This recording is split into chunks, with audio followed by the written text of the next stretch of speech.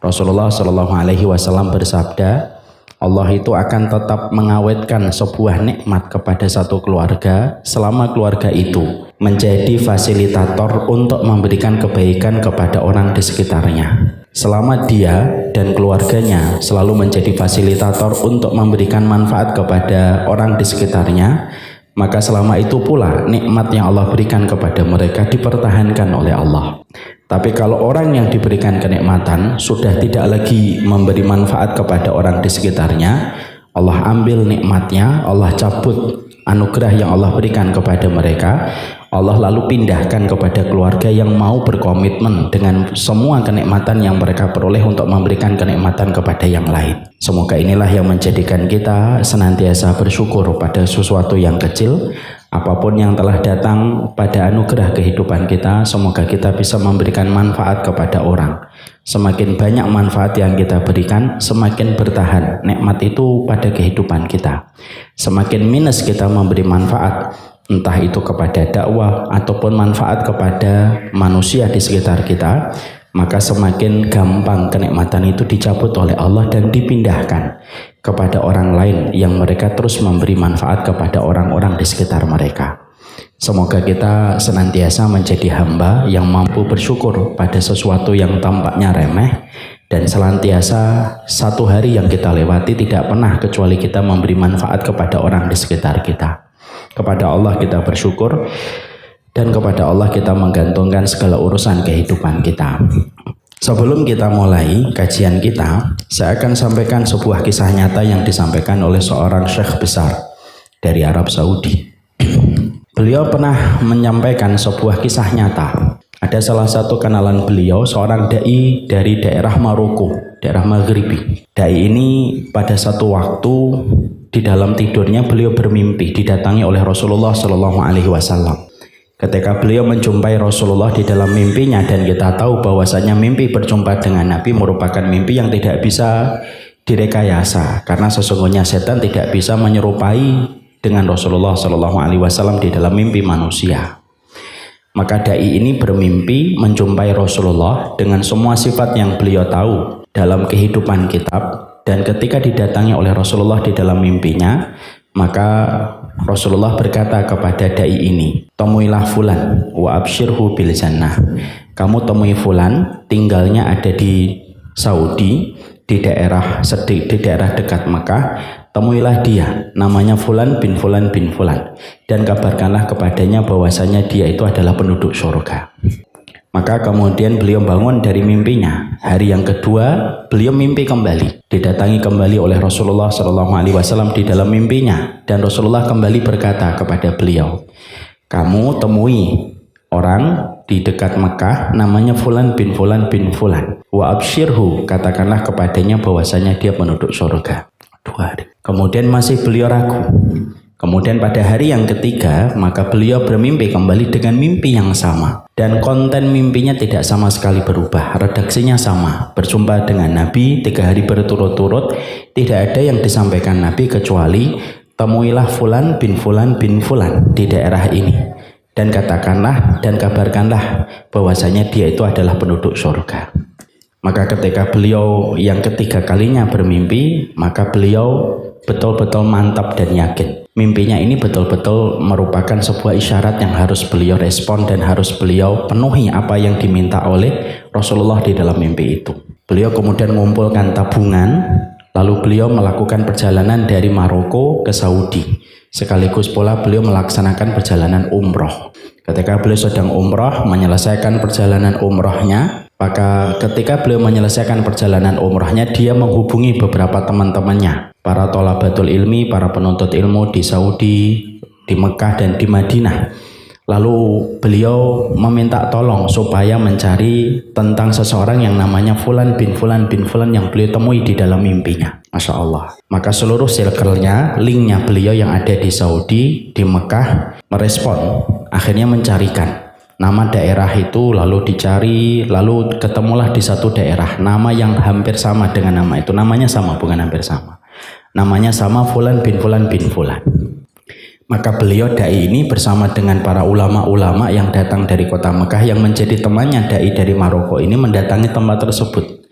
Ketika mereka mendatangi kampung tersebut kampung kuno, kampung yang sebenarnya agak terbelakang, tidak sebagaimana desa-desa yang lainnya. Lalu mereka menyebutkan nama. Apakah ada di antara kalian yang namanya Fulan bin Fulan bin Fulan? Maka mereka menjawab, ada di antara penduduk kami Fulan bin Fulan bin Fulan. Orang-orang kampung itu yang menyambut para ulama yang datang kepada mereka yastaghrib, mereka itu merasa aneh. Kenapa yang kalian cari itu nama itu? Karena orang yang kalian cari itu adalah orang yang khorban, orang yang rusak, orang yang tidak solih. Padahal kalian ini orang-orang solih, kalian ini ulama. Kenapa kalian mendatangi kami justru mencari nama orang itu? Dai dari Maroko ini bersikeras dan berkata, saya harus ketemu sama dia. Akhirnya dicari. Ketika dicari ketemu. Dan ternyata memang betul dai dari Maroko ini merasa bahwasanya dia berjumpa dengan orang yang alim, yang solih, yang jenggotnya panjang, berjubah. Tapi justru yang beliau temui adalah betul-betul tidak sesuai dengan apa yang beliau bayangkan. Bertemu dengan orang biasa yang tampaknya juga kelihatan ada dosa-dosa yang dikerjakan olehnya. Dai dari Maroko ini kemudian berkata, hal anta Fulan bin Fulan bin Fulan, apakah namamu adalah Fulan bin Fulan bin Fulan? Iya. Yakin? Muta'akid itu nama antum? Iya, itu nama saya. Tidak pernah berubah semenjak kamu dilahirkan lalu memiliki nama itu? Enggak, saya nggak pernah berubah, itu nama saya. Lalu akhirnya beliau, dai dari Maroko ini berkata, saya menyampaikan kepadamu saya berjumpa dengan Nabi di dalam mimpi 3 hari berturut-turut. Tidaklah ada yang disebut oleh Nabi ketika di dalam mimpiku kecuali adalah namamu. Dan saya harus menyampaikan amanah yang disampaikan oleh Rasulullah bahwasanya engkau adalah penduduk surga. Masya Allah. Coba ibu-ibu kalau dikasih tahu sebagai penduduk surga oleh seorang ulama dari berdasarkan mimpi, Masya Allah. Mungkin setelah itu kita istirahat total. Kamu nggak kajian ya di Betus Syakirin? Maaf ya, saya penduduk surga. Maka beliau kemudian menangis. Lalu beliau merasa apa yang saya lakukan dan apa yang saya kerjakan sampai saya mendapatkan kemuliaan ini dari mimpi engkau seorang ulama. Lalu dia mengatakan, kamu pasti salah mimpinya. Enggak, 3 hari berturut-turut menjadikan aku yakin bahwasanya nama itu tidak salah yang aku dengarkan di dalam mimpi sampai aku hafal ketika aku bangun dari mimpiku. Lalu akhirnya dai dari Maroko ini berkata, ayo kita ke Masjidil Haram. Lalu orang tersebut nangis kembali. Lalu berkata, saya ini orang banyak maksiat, banyak dosa. Bahkan saya tinggal di sekitar Mekah pun sudah berapa tahun saya tidak pernah berkunjung ke Masjidil Haram. Tapi apa yang menjadikan saya mendapatkan kemuliaan sebesar ini? Lalu akhirnya dai ini berkata, apakah ada amalan yang kamu jaga? Enggak ada. Sholat saya telat, saya juga masih bermaksiat. Tapi jangan salah ambil kesimpulan loh ya. Oh, sholatnya telat, enggak itu kesimpulan. Tapi kemudian akhirnya ada satu amal yang dia katakan, saya punya satu amal. Yang amal itu selalu saya sembunyikan dan tidak ada orang yang pernah tahu. Saya memiliki tetangga saya meninggal suaminya. Dia memiliki banyak anak. Maka semenjak hari penguburan suaminya, semenjak hari itu saya bersumpah di hadapan Allah. Ya Allah, demi Allah, saya bagi gaji saya yang saya miliki menjadi 2. 50% untuk saya, 50% untuk keluarga ini dan anak-anaknya. Dan tidak pernah saya kurangi pembagian itu sampai hari ini engkau menemui saya. Dan itu yang saya jaga. Maka dai ini yang dari Maroko berkata, mungkin inilah perniagaan kamu yang diterima sama Allah. Masya Allah. Lalu akhirnya diajak, ayo kita ke Masjidil Haram. Ketika diajak ke Masjidil Haram, maka orang ini berkata, saya akan mandi dulu. Saya sudah bertahun-tahun tidak pernah ke Masjidil Haram. Mandi. Pakailah pakaian yang bersih. Dia pakai pakaian yang bersih. Pertama kali setelah bertahun-tahun tidak pernah menginjakkan kaki di Masjidil Haram, akhirnya beliau menginjakkan kaki di Masjidil Haram. Akhirnya beliau sholat. Dan di dalam sholatnya pada rakaat yang pertama tumpah air matanya, terisak-isak. Dan itulah pertama kali sholatnya menangis sepanjang hidup. Rakaat yang kedua nangis. Rakaat yang ketiga nangis. Sampai rakaat yang terakhir, pada sujud yang terakhir. Beliau menangis pada sujud yang terakhir itulah. Allah wafatkan beliau dan beliau meninggal dalam kondisi bersujud di Masjidil Haram. Ini kisah nyata. Apa pelajaran yang kita temukan? Dan apa korelasi kisah nyata ini dengan apa yang kita pelajari? Pelajaran yang kita peroleh dari kisah nyata ini banyak. Yang pertama, yang kita dapatkan dan kita peroleh, bisa jadi ada orang yang kita sangka itu penduduk neraka, tetapi bisa jadi mungkin dia penduduk surga. Tanpa kita sadari, amal apa yang dia miliki dan dia rahasiakan amal itu. Berapa banyak penduduk surga tapi justru menjadi penduduk neraka ketika amalnya, ibadahnya, ilmu yang dia pelajari ternyata menjadikan dia sombong, menjadikan dia ujub. Akhirnya kita sangka dia penduduk surga, tapi justru dia itu adalah penduduk neraka. Tapi bisa jadi sebaliknya, ada orang yang kita sangka, orang kok gini amat, dan kita sangka dengan berbagai macam prasangka yang buruk, tetapi ternyata transaksi dia diterima oleh Allah ketika di dalam hatinya tidak ada ujub, tidak ada riya, dan akhirnya perniagaan yang mereka lakukan kepada Allah itu diterima sama Allah. Wa kam min hakirin indan nas azimun indallah.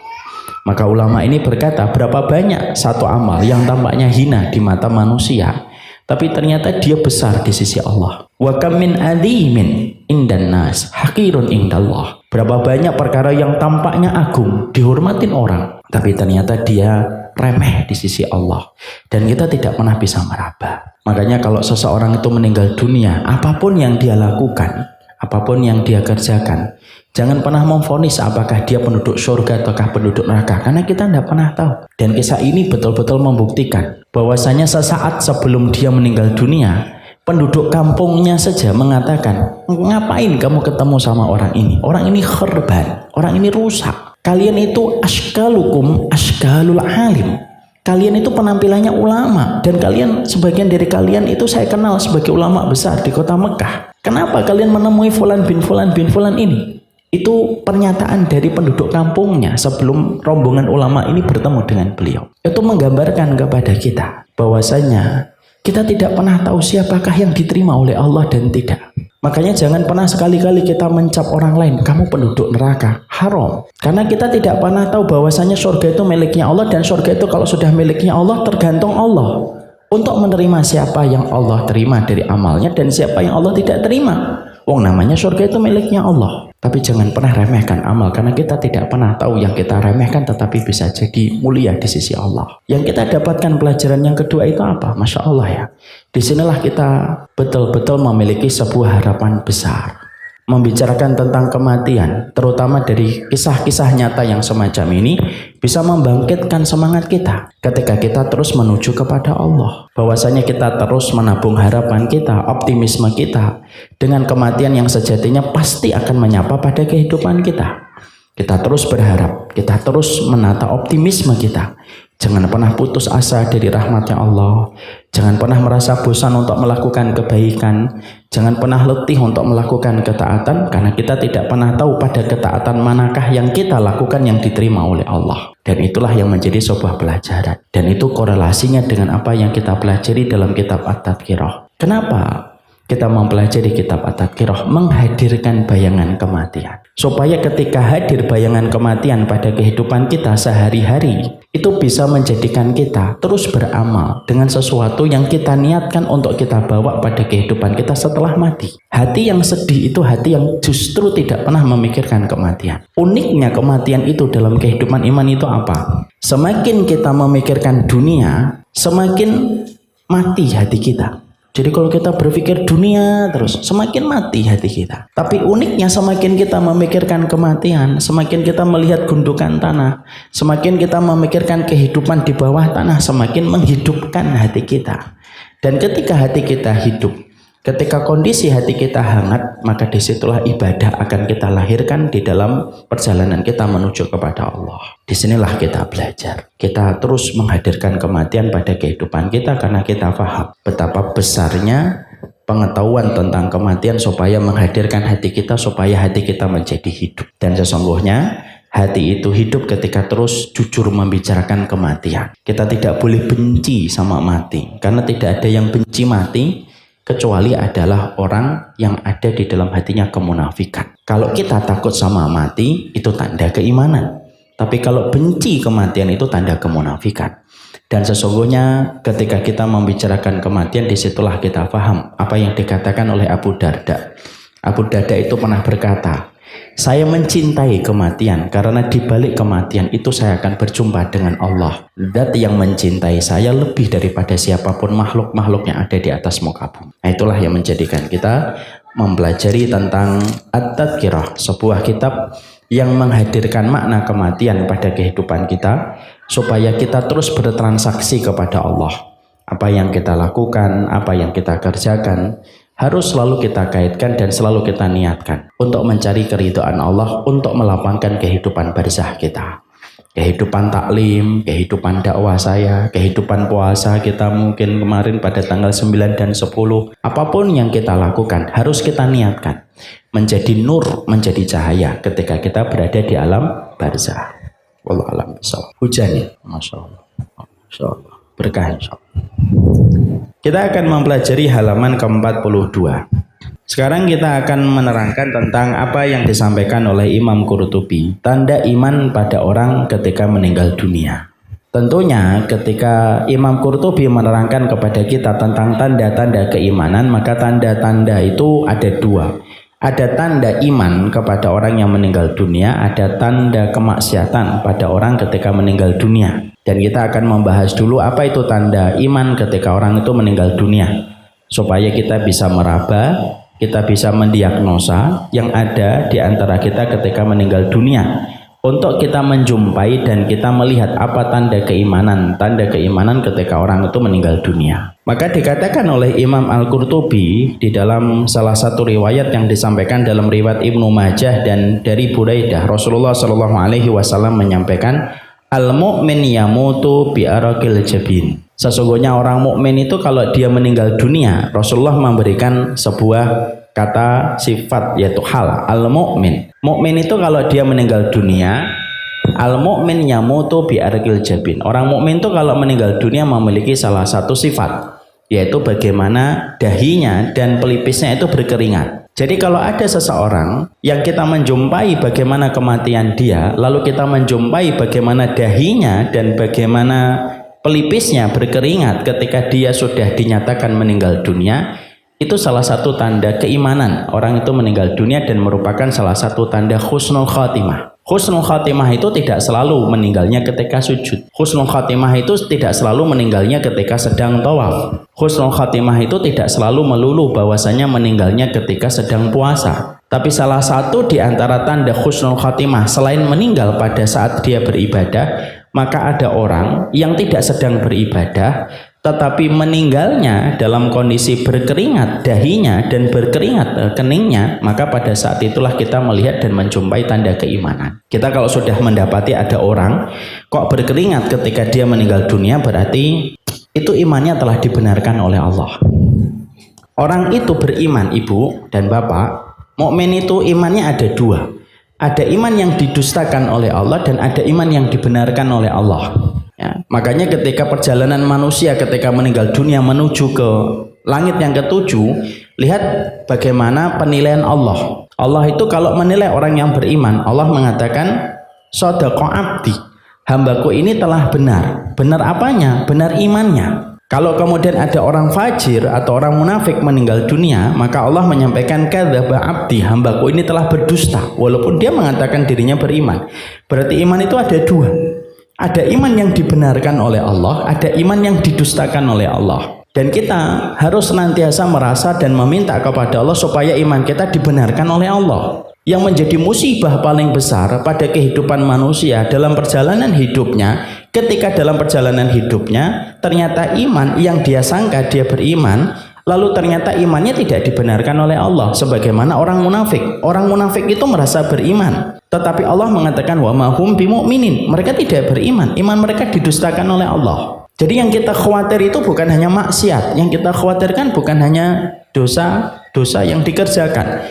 Yang paling kita khawatirkan dan harus senantiasa kita berlindung kepada Allah itu apa? Ya Allah, kami berlindung dari iman yang didustakan oleh Engkau. Karena iman itu ada dua, dalam riwayatnya Barok bin Azib, ada yang dibenarkan, ada yang didustakan. Kalau iman kita dibenarkan oleh Allah itu gimana? Salah satu indikator kalau ada orang sepanjang hidupnya imannya dibenarkan oleh Allah, Allah wafatkan, Allah matikan dia, dengan Allah timbulkan salah satu tanda di mana tanda itu tidak bisa didustakan oleh setiap orang, yaitu ketika kita melihat bagaimana pelipisnya dan bagaimana keningnya dalam kondisi berkeringat. Jadi kita usap, dia kayak berkeringat, kayak orang lagi gerah, diusap lagi, berkeringat lagi dia. Kalau kita sudah menemukan orang semacam itu, Sebenci apapun kita sama dia, berarti yang kita harus suudzon sama diri kita. Contoh, ibu nggak suka sama seseorang, ibu punya masalah sama fulan, ibu punya masalah sama fulan. Ternyata fulan yang ibu nggak suka diwafatkan oleh Allah, lalu Allah memperlihatkan tanda iman dengan berkeringat itu keningnya dan berkeringat pelipisnya, berarti itu tanda iman. Berarti yang kita dustakan diri kita. Karena kita juga harus ingat sebuah riwayat yang disampaikan oleh Rasulullah. La tusaddiqu wa la tukadzibu. Jangan kamu mendustakan seseorang, jangan kamu terlalu membenci seseorang hatta tara kaifa yukhtamu lahu. Sampai kamu melihat bagaimana dia dimatikan oleh Allah. Kalau kamu sudah melihat seseorang itu dimatikan dan salah satu di antara tanda iman orang itu dimatikan pelipisnya itu berkeringat, keningnya itu berkeringat, maka sudah. Berarti imannya telah dibenarkan oleh Allah. Kenapa saya sampaikan ini, Ibu? Karena saya punya kisah nyata tentang masalah ini. Sekitar 8 tahun, 9 tahun yang lalu, saya punya teman lulusan Madinah dari Jamiah Islamiyah di Madinah. Qadarullah beliau agak sedikit berselisih dengan seseorang yang juga sama-sama seorang ustaz. Terjadilah itu bagaimana dialog di antara mereka yang tidak kunjung selesai. Ya. Sampai pada satu waktu teman saya ini yang agak sedikit berbeda dengan yang satunya, beliau tiba-tiba sakit malam-malam sesak nafas, dibawa ke rumah sakit, masuk ke ICU 2 malam, meninggal dunia. Ketika saya menjenguk beliau, datang takziah, saya mendapati pelipisnya ini keningnya berkeringat. Saya usap berkeringat, saya usap sininya berkeringat lagi. Ya, istrinya dalam kondisi di belakang sedih gitu. Saya lihat, saya usap lagi berkeringat lagi, dan kelihatannya kayak orang sedang berkeringat, kayak habis main bola. Berkeringatnya itu diusap berkeringat lagi. Masya Allah. Maka saat itu saya berkata, ketika melihat 2 orang ini, dan yang satunya sudah diwafatkan oleh Allah, yang satunya saya melihat tanda keimanan, tinggal yang satunya nanti bagaimana beliau nanti diwafatkan oleh Allah. Tapi disitulah kita harus selalu betul-betul paham. Ketika saya mendapati kejadian ini berlaku, saya lalu menjumpai sebuah riwayat yang dikatakan oleh Rasulullah, la tusaddiqu wa la tukadzibu. Kalau kamu lihat seseorang, jangan terlalu kamu itu membenarkan terus secara mati-matian, menjadi followernya garis keras, ataupun menjadi pembencinya garis keras, sampai kamu melihat bagaimana dia diwafatkan oleh Allah. Hatta tara kaifa yukhtamu lahu, sampai kamu melihat bagaimana dia diwafatkan oleh Allah. Karena kalau orang itu sudah diwafatkan oleh Allah, baru akan kelihatan bagaimana proses keimanan dia di hadapan Allah. Makanya itu merupakan salah satu perkara yang dikatakan oleh Rasulullah SAW dalam sebuah riwayat Tirmidzi, dan ini termasuk hadis hasan. Orang mukmin itu meninggalnya dalam kondisi berkeringat pelipisnya dan berkeringat keningnya. Ini salah satu tanda, bukan satu-satunya tanda. Jadi maaf ya kalau nanti mendapati ada keluarganya tidak berkeringat, ya jangan marah. Kok nggak berkeringat sih? Ya jangan gitu. Terus coba dikasih air biar kelihatan berkeringat. Masya Allah berkeringat. Padahal itu air aqua. Nah, tentunya nggak boleh. Makanya inilah salah satu tanda, bukan satu-satunya tanda. Karena tanda husnul khotimah itu banyak. Dan jangan kita mengira bahwasanya di tempat-tempat yang kadang sebagian besar masyarakat kita memandang, masyarakat kita itu mendefinisikan kematian kadang-kadang tidak berdasarkan ilmu. Contoh, orang yang meninggal ketika tabrakan, kita mengiranya jelek. Padahal bisa jadi ada orang yang meninggal ketika kecelakaan, dia kondisinya husnul khotimah di sisi Allah.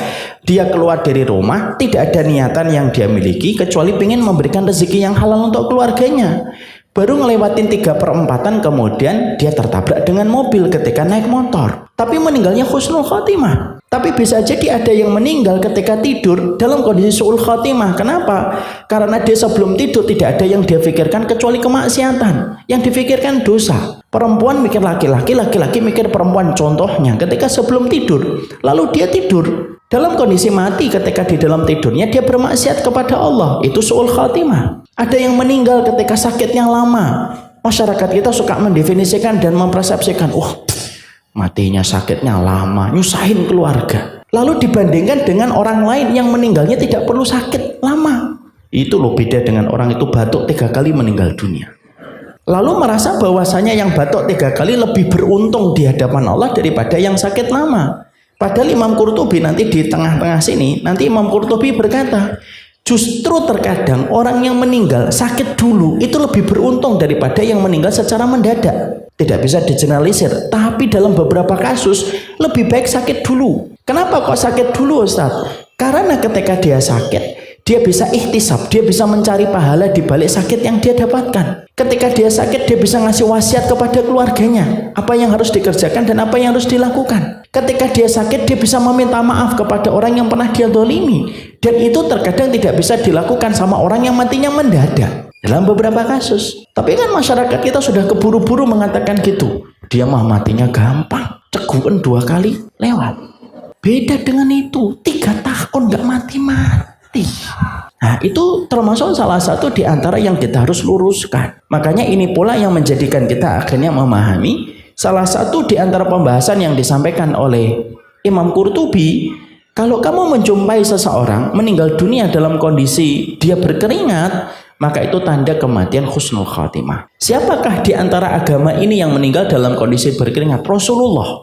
Nabi tidak meninggal ketika sujud. Bisa nggak Nabi meninggal ketika sujud? Diatur sama Allah? Gampang, kecil bagi Allah. Mungkin ada nggak yang bertanya sama kita kan? Kenapa ya Rasulullah itu tidak meninggal ketika sujud?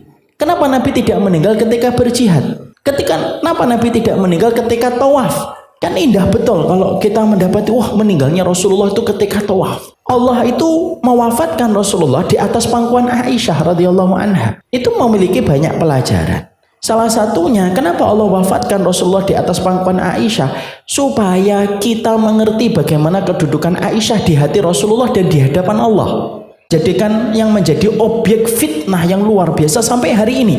Banyak sekali orang-orang Rafidhah itu melihat Ibunda Aisyah itu pandangannya kebencian dan tidak menyebut Ibunda Aisyah kecuali seorang wanita bagiyah, wanita pezina. Allah atur kematian seorang nabi yang kita cintai di atas pangkuan Aisyah itu supaya kita mengerti bagaimana kedudukan Aisyah di hati Nabi dan mengerti bagaimana kedudukan Aisyah di hadapan Allah. Sampai diatur itu Ibunda Aisyah itu meninggalnya di atas pangkuan Ibunda Aisyah karena Allah tahu akan terjadi setelah umatnya Nabi Muhammad ini satu kelompok manusia yang mereka mengaku beriman tetap di atas pangkuan Aisyah. Rasulullah meninggal dunia dan ibu tahu salah satu yang disyukuri Ibunda Aisyah itu apa? Dalam satu riwayat beliau mengatakan, tidak ada perkara yang paling saya syukuri ketika saya mendapati Rasulullah itu meninggal. Salah satunya adalah ketika Nabi sedang dalam kondisi berat sakitnya di atas pangkuanku, maka Nabi melihat Abdurrahman bin Abi Bakar, putranya Abu Bakar, kakaknya atau adiknya dari Ibunda Aisyah, lagi bersiwak.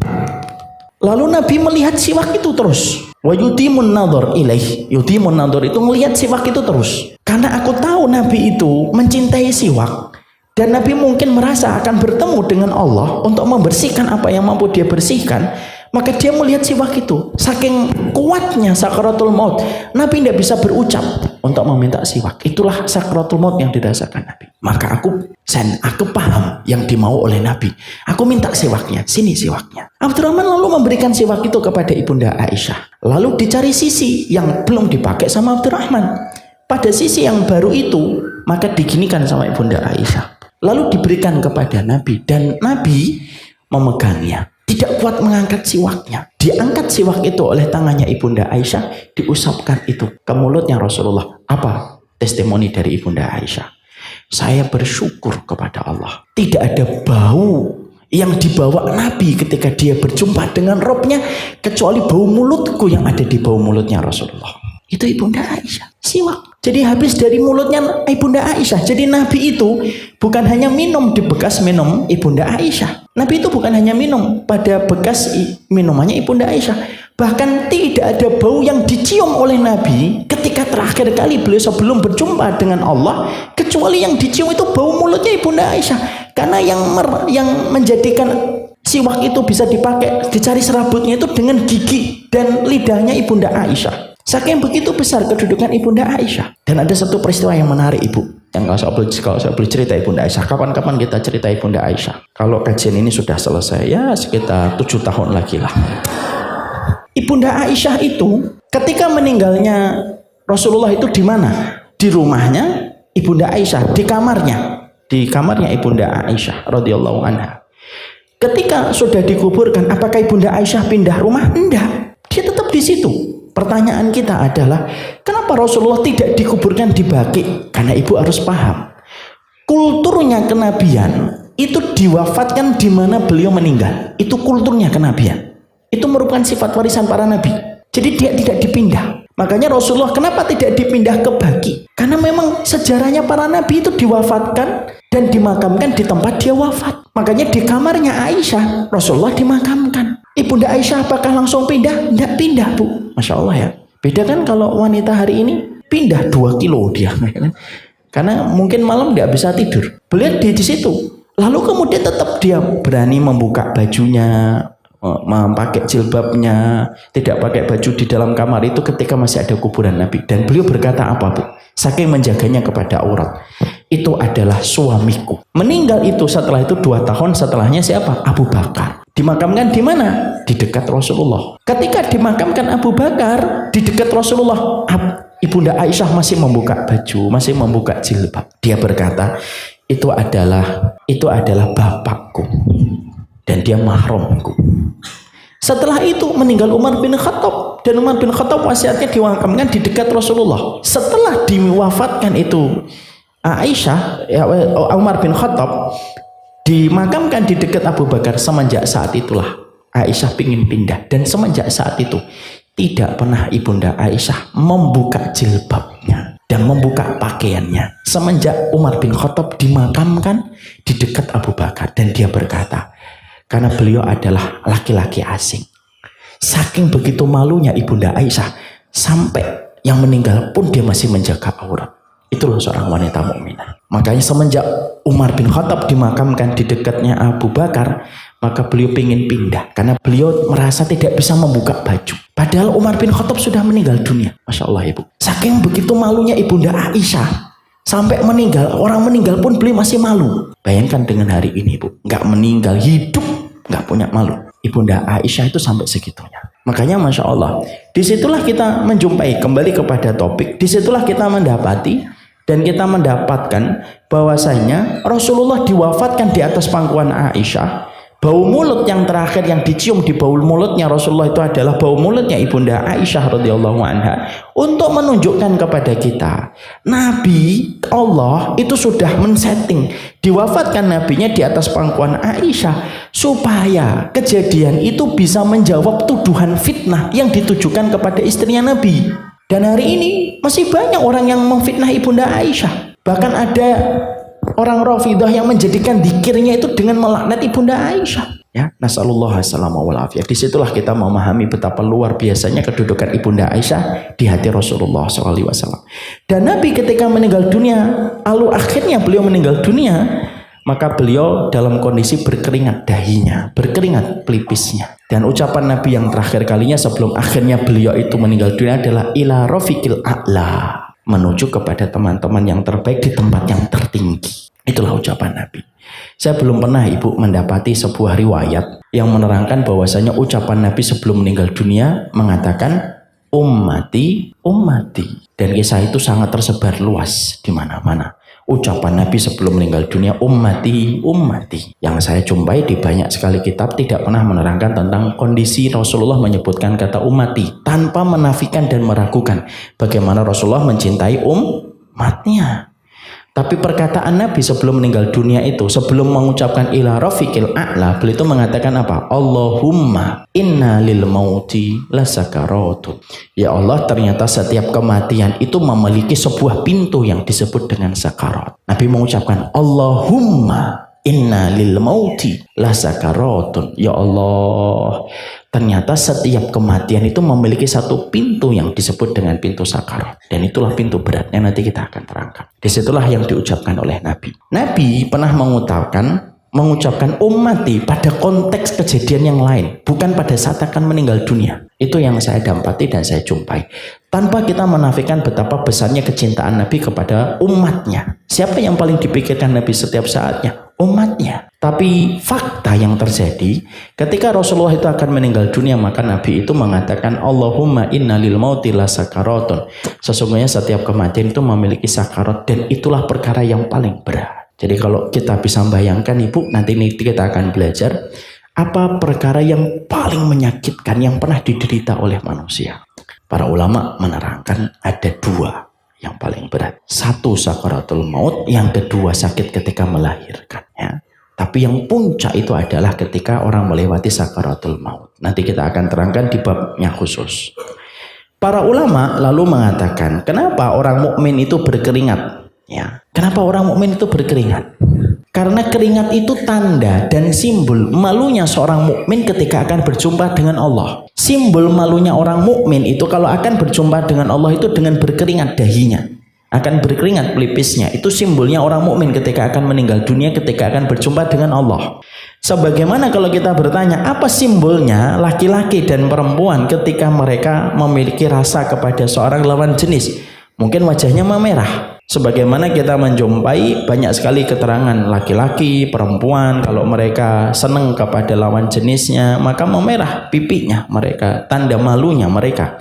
Maka simbol orang mukmin ketika akan berjumpa dengan Allah itu mereka berkeringat karena malu ketika akan berjumpa dengan Allah. Mereka juga malu terhadap pelanggaran yang telah mereka lakukan ketika semasa hidupnya. Jadi orang mukmin itu memiliki rasa malu atas dosa yang dia kerjakan, atas kemaksiatan yang pernah dia lakukan. Rasa malunya ketika akan berjumpa dengan Allah, teringat kepada dosanya ketika akan berjumpa dengan Allah, dia nahan. Ketika dia tahan, itulah yang menjadikan akhirnya keringatnya, pelipisnya dan dahinya itu berkeringat. Jadi keringatnya seseorang mukmin ketika mereka itu meninggal dunia, yang Allah tidak berikan keringat itu kepada setiap orang dalam proses kematian mereka, maka difahamkan menurut apa yang disampaikan oleh Imam Qurtubi, keringat itu tanda malunya seorang hamba kepada Allah dan bagaimana dia malu ketika dia mengingat dosanya ketika akan berjumpa dengan Allah. Ibu, kalau kita akan berjumpa dengan seseorang yang kita hormati, kita betul-betul memberikan respek yang besar, tentunya kan kita salah tingkah. Dan akhirnya apa biasanya? Ya akan merasa gerah walaupun AC-nya dingin. Karena apa? Karena merasa serba salah. Tentunya kita masih ingat ya, orang santri biasanya kalau pertama kali disuruh untuk ngomong di depan orang, biasanya grogi. Udah nyiapin berlembar-lembar, dihafalin itu sebelum dia ngajar. Pas ngajar hilang semuanya. Lalu dia berkeringat, ngomong apa saya ini? Dan muncullah tanda keringatnya. Muncul keringatnya. Saya masih ingat ada teman saya dulu Bu di Fakultas Syariah. Orangnya memang pendiam. Tapi ketika kami di Fakultas Syariah itu ada satu mata kuliah yang mengharuskan kita menerangkan bab-bab khusus di materi kuliah kita. Dia itu sudah nyatet semuanya, berlembar-lembar di samping saya. Dihafalin siang dan malam Bu. Pas ketika namanya dipanggil, namanya Fulan lah, saya nggak perlu nyebutkan. Fulan, orangnya meninggal dunia. Allahu yarham. Sudah meninggal dunia. Ketika beliau dipanggil, gemeter ya. Baru ngomong Assalamualaikum warahmatullahi wabarakatuh. Terdiam. Suasana hening beberapa saat. Dan akhirnya yang keluar bukan apa yang dia tulis dan apa yang dia persiapkan. Yang keluar apa? Keringatnya. Membasahi keningnya, membasahi ininya. Sampai ada dosen saya yang akhirnya bercanda. Ini loh tandanya orang mukmin kalau mau mati. Kata gini. Jadi begitu. Jadi itu merupakan bagian dari sebuah simbol. Jadi Imam Qurtubi lalu mengatakan kepada kita, kenapa kok orang mukmin itu berkeringat? Malu dia. Dan itulah yang dilakukan oleh Rasulullah SAW. Itulah yang terjadi dan menimpa kepada Nabi ketika Nabi beliau wafat di atas pangkuan ibunda Aisyah radhiyallahu anha. Jadi inilah yang menjadikan kita paham, inilah yang menjadikan kita mengerti. Saya ingin menjawab satu pertanyaan yang sering ditanyakan dan ini harus tuntas supaya kita ngerti dan tidak menjadi celah, keraguan-raguan di hati kita. Ustadz, Rasulullah itu kan meninggal hari Senin, diwafatkannya hari Rabu. Kenapa Rasulullah tidak langsung disegerakan untuk dimakamkan pada hari Senin? Kenapa harus nunggu hari Rabu? Disinilah biasanya dijadikan celah oleh kalangan Rafidhah dan berkata, ini loh, sahabat itu serakah dengan kekuasaan. Ketika Rasulullah wafat, ketika Rasulullah meninggal dunia, yang mereka pikirkan kekuasaan dan mereka menyingkirkan urusan yang pertama yang penting yaitu adalah memakamkan Nabi. Itu salah besar. Kenapa Rasulullah itu meninggal hari Senin? Lalu kemudian Rasulullah baru dikuburkan hari Rabu. Di dalam kitab Al-Imamatul Udma, Syekh Shalih Fauzan Ad-Damiji atau Ad-Dumaiji, beliau kemudian menjelaskan perkataan-perkataan para sahabat Nabi. Nabi meninggal hari Senin, dikuburkan hari Rabu karena pada saat itu urusan yang menggantikan Nabi itu urusan penting dan urusan besar, urusan agung. Jadi tidak boleh seorang mukmin itu terombang-ambing tanpa ada pemimpin. Haram hukumnya seorang mukmin berkerumun dengan jumlah yang besar karena para sahabat itu pada saat peristiwa wukuf di Arafah Para ulama itu menghitung bahwasanya jumlah para sahabat itu antara 114.000 sampai 140.000 para sahabat. Dan tidak boleh kerumunan kaum mukminin yang begitu besar, ribuan orang ini kosong tanpa kepemimpinan. Akhirnya para sahabat itu menuntaskan. Pertama kali yang dituntaskan itu siapa yang menggantikan kedudukan Rasulullah menjadi khalifah. Khalifah itu artinya penerus dan pengganti. Yang tugasnya khalifah itu dua, yaitu adalah hirasatuddin wa siyasatuddin dunya biddin. Tugasnya khalifah itu dua, menjaga agama dan mengatur urusan dunia dengan aturan agama. Dan ini harus segera diwujudkan karena kedudukannya wajib. Para sahabat akhirnya memutuskan siapa yang menggantikan Nabi. Baru akhirnya ketika diputuskan yang menggantikan Nabi adalah Abu Bakar, maka beliaulah yang memegang otoritas untuk menguburkan Rasulullah SAW. Makanya yang mengatur prosesi pemakaman Nabi siapa? Abu Bakar. Yang mengaturnya Abu Bakar. Makanya sampai ketika Rasulullah akan dimasukkan ke liang lahat, Abu Bakar memberikan komando dan instruksi, tidak ada yang boleh masuk ke lubang liang lahat kecuali adalah keluarganya Rasulullah. Maka pada saat itulah keluarga-keluarga Rasulullah turun, kayak Ali turun untuk menurunkan Rasulullah dari atas sampai ke bawah, dimasukkan ke liang lahat. Jadi tidak benar kalau ada yang mengatakan, yang memfitnah bahwasanya diundurkannya pemakaman itu karena serakahnya para sahabat kepada kekuasaan. Tidak ada. Jadi itu karena pahamnya para sahabat tentang urgensi dan pentingnya untuk memilih siapa yang menjadi pengganti Nabi, yang menjadikan mereka itu mendahulukan siapa yang menggantikan Nabi. Yang menjadi pengganti Nabi itulah yang memegang otoritas untuk memimpin penguburan Rasulullah SAW. Makanya Rasulullah baru dikuburkan pada hari Rabu. Nah, itu yang kita harus pahami. Jadi nanti kalau kita dapat syubhat, orang mengatakan bahwasanya ini sahabat ini murtad setelah Rasulullah meninggal dunia, ini kita bisa jawab satu persatu syubhat atau samar-samar perkara itu. Maka disinilah kita akhirnya mengerti tanda keimanan pada orang yang meninggal dunia. Di dalam riwayat yang lainnya, Rasulullah SAW menyampaikan di dalam sebuah riwayat, inna nafsal mu'min takhruju rashan wa inna nafsal kafir tusallu kama tusallu nafsul himar wa innal mu'min la ya'malul khati'ah fayushaddatu alaihi indal maut liyukafira biha anhu wa innal kafir la ya'malul hasanah fayusahalu alaihi indal maut liyujzah bihi. Nah, sekarang kita lihat gimana orang mukmin dan orang kafir ketika meninggal dunia. Rasulullah SAW menyampaikan sesungguhnya nyawa orang mukmin keluar seperti keringat, sedangkan nyawa orang kafir dihunus seperti dihunusnya nyawa keledai. Dan sesungguhnya orang mukmin itu pernah melakukan kesalahan sehingga diberatkan ketika meninggal dunia untuk menghapus kesalahannya itu. Dan sesungguhnya orang kafir itu ketika melakukan kebaikan maka dimudahkan ketika meninggal dunia untuk membalas kebaikan itu. Nah, ini kita dari hadis ini kita menjawab. Kenapa kita sering menjumpai ada orang mukmin, dia orang yang beriman, tapi ketika proses akan meninggalnya dunia itu merasakan sakit yang lumayan berat. Dia merasakan sakit, dia merasakan kepedihan. Padahal kita tahu orang ini baik. Maka dijelaskan oleh Nabi dalam satu riwayat, kalau kita menjumpai ada orang mukmin pada kondisi tertentu, dia mendapati sebuah kondisi yang berat. Ketika dia menjelang kematiannya, sampai akhirnya dia diwafatkan oleh Allah ketika dia dimatikan, maka sesungguhnya beratnya orang mukmin ketika menghadapi sakaratul maut itu karena dia melakukan kesalahan. Yang kesalahan itu belum terhapuskan dengan kebaikan yang dia kerjakan di dalam hidup. Allah beratkan dia ketika sakaratul maut, karena sakaratul maut itu menghapuskan dosa, Ibu. Jadi yang menghapuskan dosa bukan hanya sakit, yang menghapuskan dosa bukan hanya ujian. Sakaratul maut pun itu menghapuskan dosa yang nanti akan mengurangi dosa-dosa kita.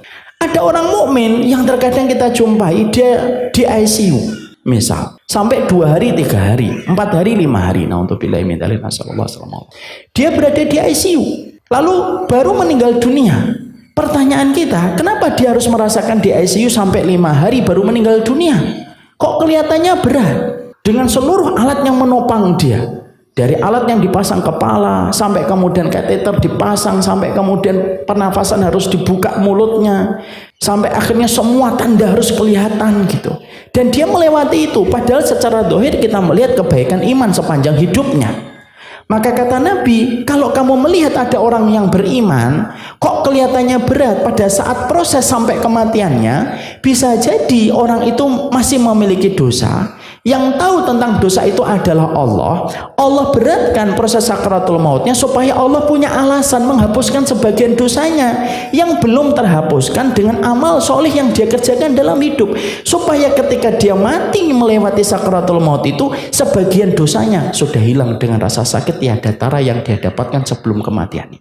Ini pertanyaan pernah diajukan ke saya oleh tetangga saya, Ibu. Ada tetangga saya, bapak-bapak, orangnya baik, solih, sholatnya di masjid, tutur katanya baik, dan dia muadzin di musola kecil. Saya tahu musola kecil ini. Musola kecil ini kalau saya dulu masih bapak ibu masih di rumah, kadang-kadang kita yang adzan, kita yang qomat, kita yang jadi imam, kita pula jadi makmum. Kalau pas duhur dan asar. Nah, beliau ini adzan terus ketika saya balik ke Jakarta, salah satunya yang meneruskan beliau. Satu waktu sebelum subuh, sebagaimana kebiasaan beliau, kalau subuh itu beliau yang adzan. Sebelum subuh beliau mandi, jatuh, dibawa ke rumah sakit, dicek sama dokter, terjadi pecah di pembuluh otaknya. Padahal malamnya masih biasa, sorenya masih biasa. Masuklah ke ICU. Kalau tidak salah 9 hari di ICU. Seluruh alat menopang, tidak sadar, tidak sadarkan diri. 9 hari ditunggu dengan ketidakpastian sama keluarga. Keluarga ibu kan tahu kalau di ICU kita pasti lelah nunggunya. Lelah bukan fisiknya, perasaannya tidak menentu. Itu yang paling lelah kalau nunggu orang di ICU. Fisik masih bisa dicari tukang pijetnya. Kalau hati kan susah, cari tunggu. Anaknya nge-DM saya pada saat itu, Ustadz kenal bapak saya gini.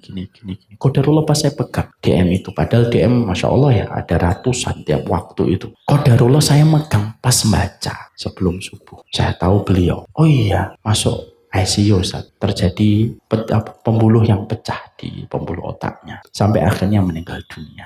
Terus setelah meninggal beberapa saat, anaknya nge-DM lagi, kenapa ya Ustadz bapak harus menderita selama 9 hari? Saya bilang, jangan ngomong gitu. Bisa jadi memang menderita, tapi hari ini sudah tidak lagi menderita karena itu sudah dikonversikan oleh Allah untuk menghapuskan sebagian dosanya. Ada satu riwayat yang saya sampaikan kepada beliau. Ada satu riwayat kata beliau, yang saya bacakan riwayat ini. Ada orang mukmin yang terkadang diberatkan proses sakaratul mautnya sebelum dia meninggal dunia. Karena Allah tahu ada beberapa dosanya yang belum terhapuskan. Lalu Allah kirimkan sakit dan berat pada saat sakaratul maut untuk menghapuskan dosa itu. Supaya ketika meninggal dunia sudah selesai. Dan tidak lagi menanggung dosa itu untuk dihisap karena sudah dihapuskan dengan beratnya sakaratul maut. Beda, ada pula orang kafir. Kenapa ada orang kafir itu meninggalnya baik, tenang gitu. Ada orang kafir yang tidak beriman, tidak bertakwa kepada Allah, meninggalnya tenang, tidur tenang, tidak merasakan sakit. Maka diterangkan oleh Nabi, ada orang kafir yang bisa jadi dia berbuat baik sepanjang hidupnya. Mungkin sosialnya baik, mungkin sama orang tuanya baik, mungkin sama tetangganya baik. Karena ada orang kafir itu yang mereka itu sama tetangganya baik, sama orang tuanya baik, sosialnya juga luar biasa. Maka ketika Allah melihat orang ini ada kebaikan, maka Allah kirimkan hadiah walaupun dia kafir, tapi hadiahnya untuk di dunia saja, diringankan sakaratul mautnya untuk membalas semua kebaikan yang dilakukan sepanjang hidupnya, supaya ketika mati selesai. Dan tidak ada lagi kebaikan yang tidak dibalas oleh Allah. Tapi ingat bahasanya Allah, kebaikan orang kafir, orang yang tidak beriman dibalasnya di dunia. Adapun orang yang beriman dibalasnya di akhirat. Jadi kalau kita mendapati ada orang, pernah saya baca kisah nyata, ada orang gini, dia murtad.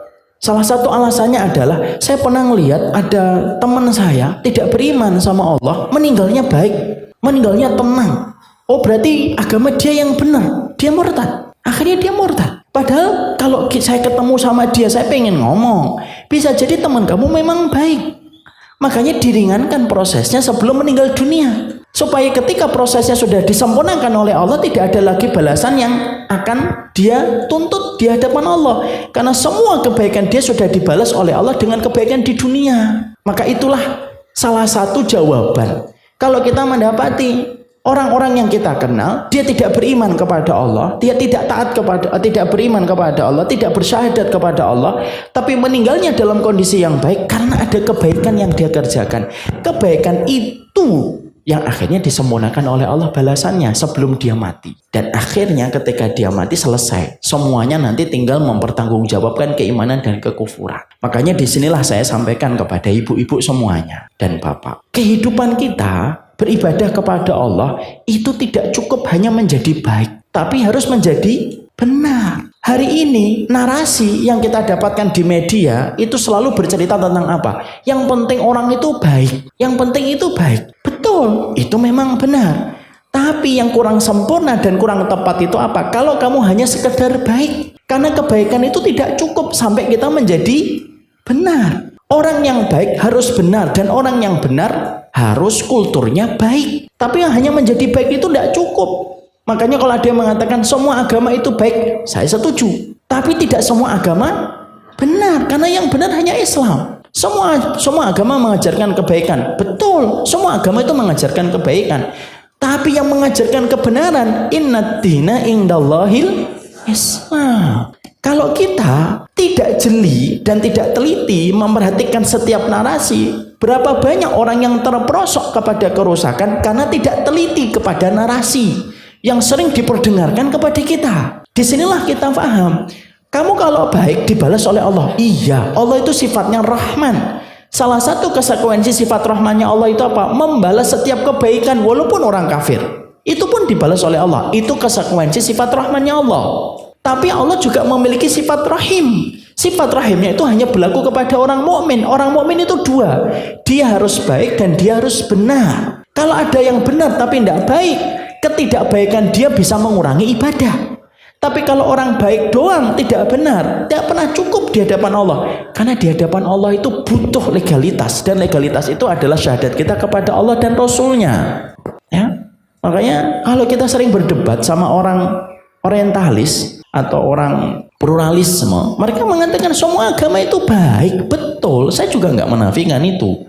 Semua agama baik. Tapi ingat ya, yang Allah butuhkan dari kehidupan kita bukan hanya baik, tetapi benar. Di sini kita akhirnya belajar pada riwayat ini dari Alqamah, dari Abdullah. Apa itu? Orang kafir ada yang baik, kebaikannya dibalas oleh Allah di dunia. Setelah selesai. Ustadz, apa perbuatan orang kafir yang akan pasti dibalas oleh Allah? Para ulama mengatakan setidaknya dua. Kebaikan dia secara umum, muamalah dia bermuamalah, dia bertingkat yang baik kepada tetangganya, itu dibalas oleh Allah. Entah Allah mudahkan urusannya, Allah tahan dia dari sebuah musibah, penyakit dan lain sebagainya. Ada yang kedua, selain dari kebaikan dia sama orang tua. Ada orang yang tidak beriman, tapi dia baik sama orang tuanya, dibalas oleh Allah. Dua-duanya ini dibalas oleh Allah. Tapi balasan oleh Allah itu hanya di dunia. Tidak ada lagi berlaku pada kehidupan mereka di akhirat. Nah, inilah yang kita jumpai. Jadi kalau kita melihat ada orang mukmin yang kita lihat dohirnya baik, ketaatannya baik, keikhlasannya baik, tapi akhirnya masuk ICU dulu sampai beberapa lama sampai baru meninggal dunia, dipastikan kalau memang dohirnya baik sesuai dengan prasangka kita orang ini baik, maka disitulah akhirnya kita bisa berkata Allah beratkan wafatnya, sakaratul mautnya, karena Allah ingin untuk menghapuskan sebagian besar dosanya supaya tidak ada lagi beban dosa itu ketika dia pertama kali mendarat dalam kehidupan barzakhnya. Ingat ibu, sakaratul maut, adab kubur itu termasuk meringankan dosa kita. Ustadz, ada nggak penduduk surga tapi bisa jadi ketika di alam barzakh dia di adab kubur? Para ulama mengatakan ada orang yang nanti masuk surga, tapi ketika di alam barzakh dia diadab kubur. Karena orang yang diadab kubur itu tidak selamanya menjadi penduduk neraka. Ada penduduk alam kubur itu yang dia diadab dengan adab kubur hanya 2 tahun, hanya 3 tahun, hanya 10 tahun, hanya 15 tahun. Setelah itu berhenti sesuai dengan tingkat amalan pemicu adab kubur yang dia kerjakan. Tapi setelah itu dia berhenti. Ada orang yang diadab kubur tidak pernah berhenti. Kepada siapa? Kepada 2 orang kafir dan orang munafik. Adab kuburnya tidak berhenti. Berhentinya kapan? Ketika malaikat Israfil menyalakan sangkakala.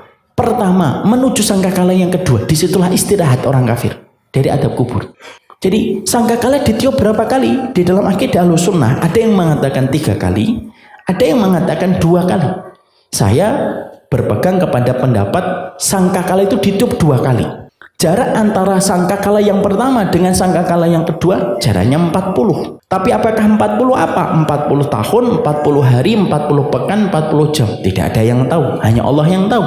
Tapi kata Abu Hurairah, ma baina nafkhataini arbaun. Di antara 2 sangkakala itu jaraknya 40. Pada saat 40 inilah orang-orang yang diadab di dalam kubur itu istirahat sejenak. Sepanjang mereka hidup di alam barzah, mereka tidak pernah berhenti dari adab kubur. Tapi orang mukmin diadab kuburnya ada. Diadab orang mukmin itu ada di ayat yang ada nggak orang mukmin yang diadab di dalam kubur? Ada. Sifatnya muaqqatah, sifatnya sementara, berdasarkan amal yang menjadi pemicu adab kubur itu. Maka kita harus lihat, ada satu riwayat yang disampaikan oleh Nabi. Ibu-ibu dan bapak kenal seorang sahabat namanya Sa'ad bin Mu'ad. Sa'ad bin Mu'ad itu seorang sahabat yang mana ketika wafatnya mengguncangkan arasy-Nya Allah. Ibu bisa bayangkan bapak mengguncangkan arasy-Nya Allah. Masuk Islam umur 30 tahun, meninggal dunia umur 38 tahun. Hanya 8 tahun di dalam Islam.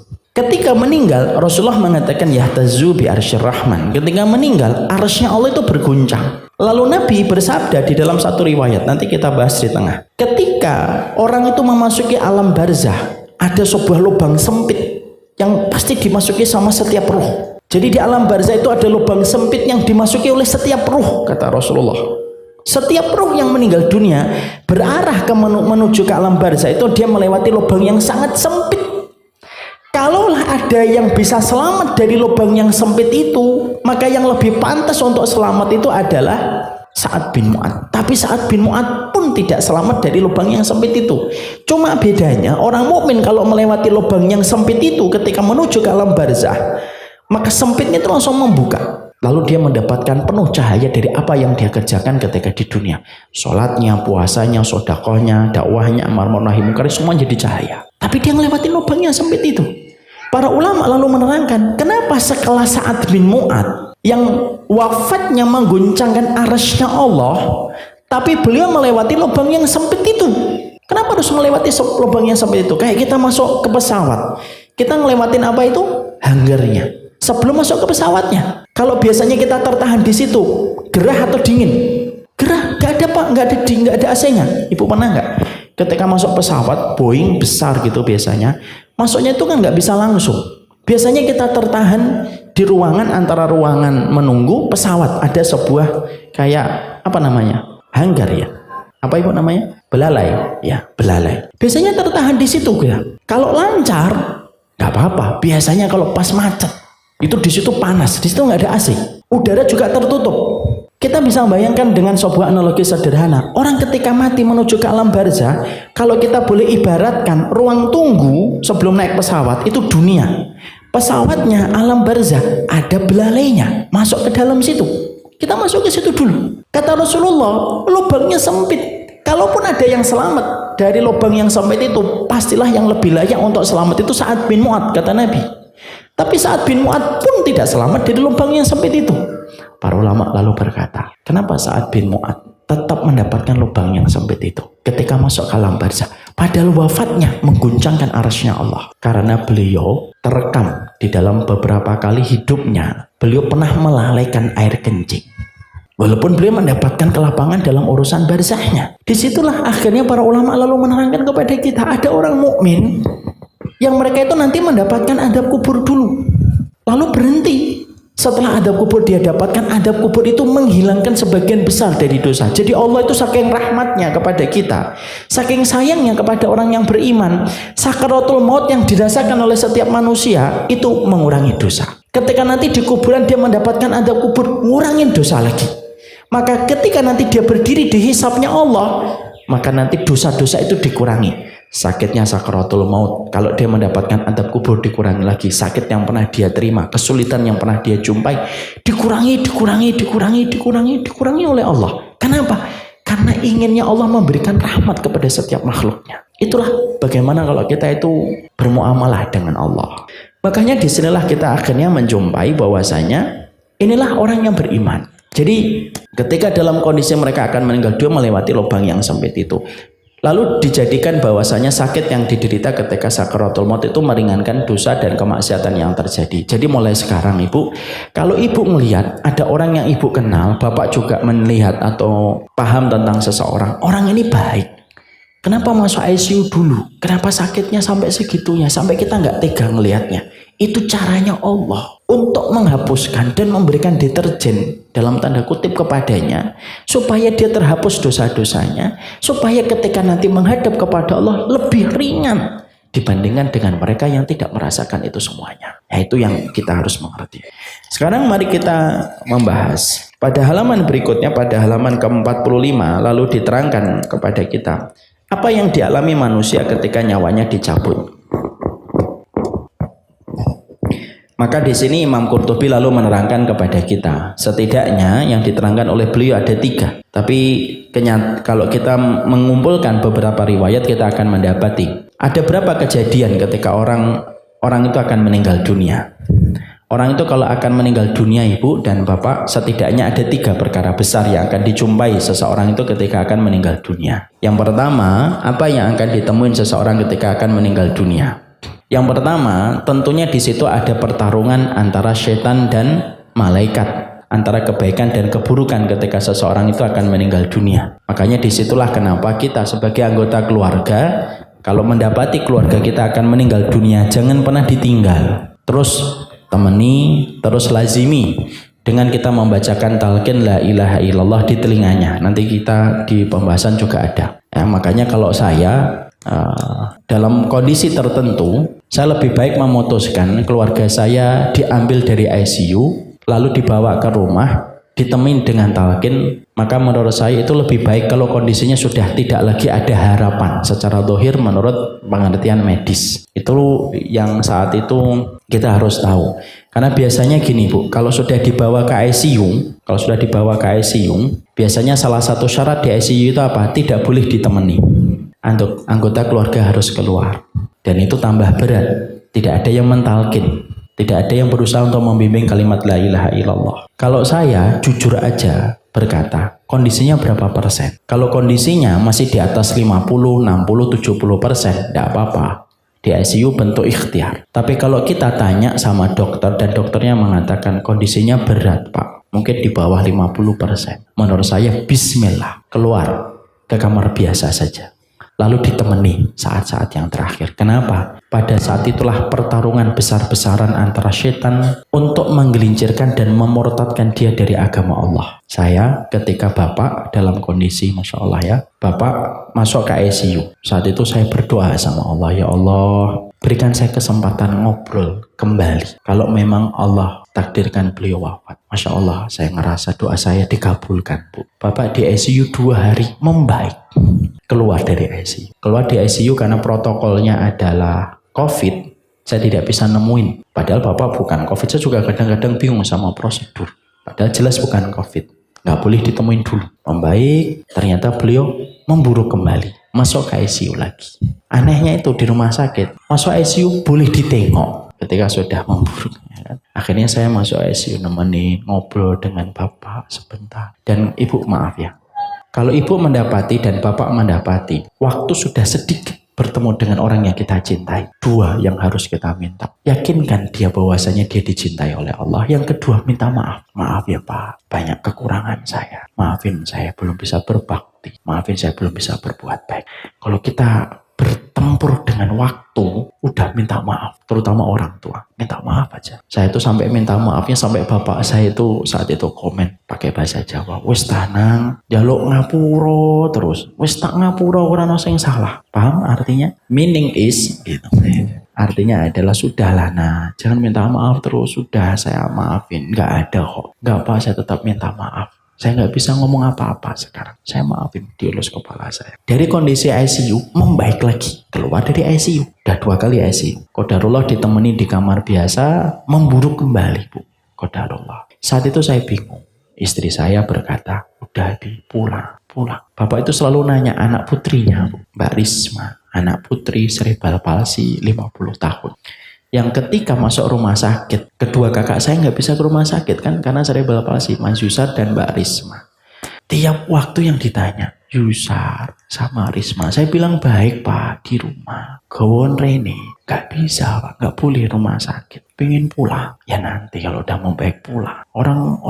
Orang kalau sakit kan pengennya pulang Bu. Itu sebenarnya isyarat ya. Dia tuh pengen berada di antara rumahnya, di antara orang yang kenal dia. Karena dia akan menghadapi tempat yang baru. Ini yang kita harus paham psikologinya dan kita harus kembalikan sama riwayat. Jangan terus-terusan kita ngikutin dokter terus apa maunya, kan nggak ada intinya.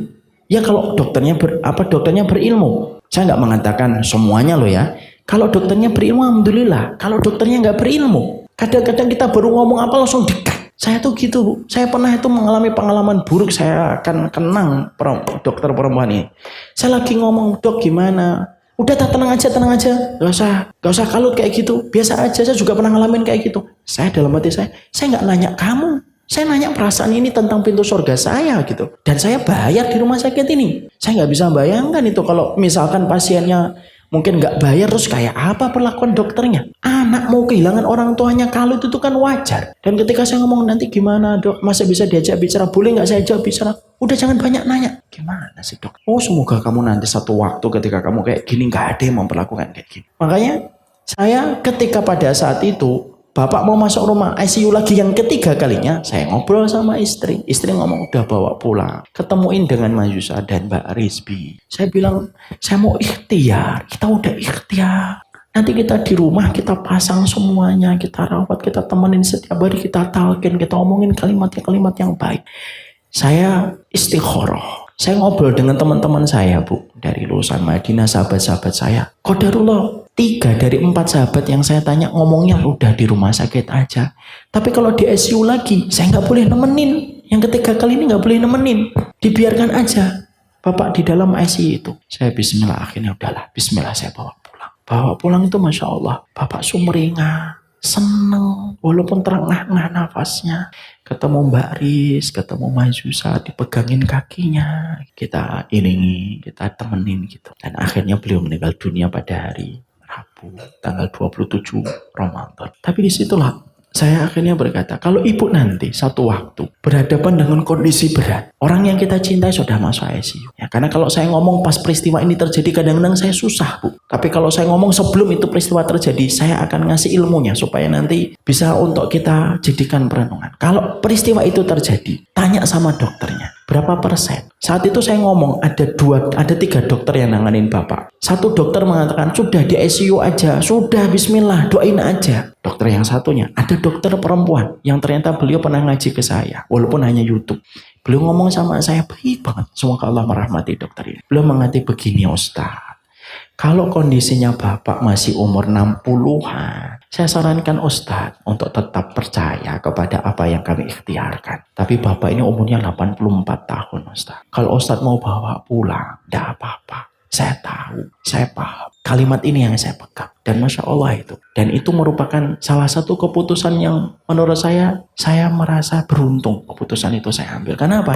Saya punya waktu mempertemukan Bapak dengan anak-anaknya. Punya waktu bicara. Punya waktu ngobrol walaupun terpatah-patah. Tapi itu yang saya kerjakan. Makanya nanti kalau ibu-ibu tanya aja.